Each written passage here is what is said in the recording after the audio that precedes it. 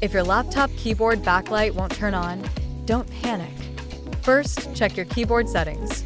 Sometimes, it's just a simple toggle.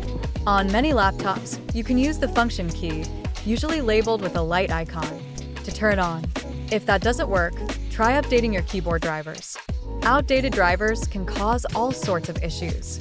Just head to the device manager, find your keyboard, and update it.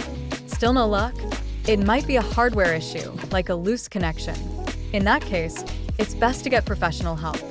For any laptop-related issues, call Sai Laptop Service at 997-244-7766.